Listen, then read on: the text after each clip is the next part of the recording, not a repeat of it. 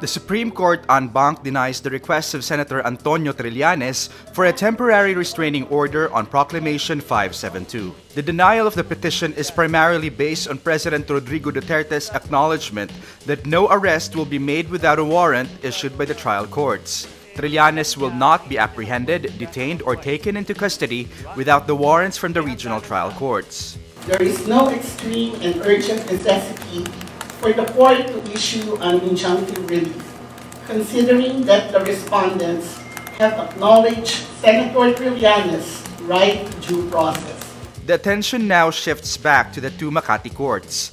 The courts will hear the DOJ's motions for a warrant of arrest against Trillanes in previously dismissed cases of coup d'etat and rebellion this week. Despite failing to get a TRO, Trillanes says he is grateful to the Supreme Court for recognizing his rights. Trillanes' lawyer Ray Robles says they will now discuss the option of the senator finally going home. President Rodrigo Duterte is now looking for a new National Food Authority or NFA administrator after his appointee Jason Aquino asked to be, quote, relieved.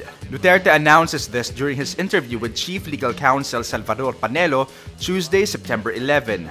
Jason Aquino has requested that he be relieved already. Relieved from? He said that he's tired and he cannot cope up with the laro dyan sa inside, which is always ordinary happening in government because we cannot be in agreement all the time. I will scout for a new one. Aquino supposedly told the president he has grown tired of accusations he is to blame for the high rice prices. Even lawmakers allied with the administration accuse Aquino of causing the increase of rice prices by declaring a shortage of NFA rice. He is also being blamed for not purchasing enough palay from local farmers to stave off the need to import. President Rodrigo Duterte says he is willing to open up barter trade again with Sabah. Barter trade is one of the most ancient economic activities where goods are exchanged without the use of cash.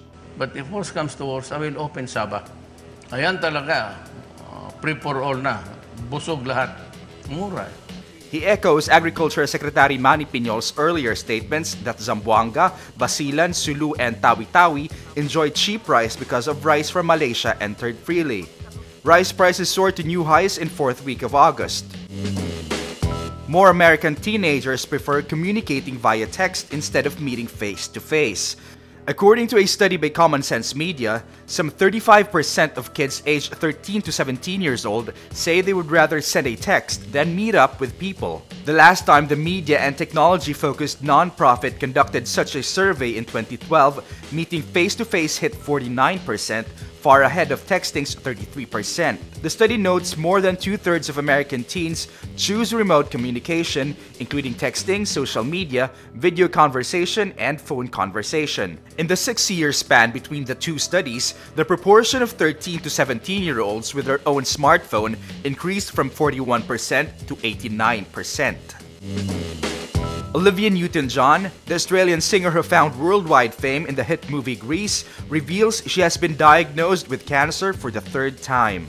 Newton-John says doctors discovered a tumor at the base of her spine. She has since undergone radiation treatment and is also treating the disease with natural therapies like cannabis oil. Newton-John was diagnosed with breast cancer in 1992 but beat the disease. In 2013, she found out she had cancer in her shoulder. The entertainer said she has moments of despair but is keeping positive.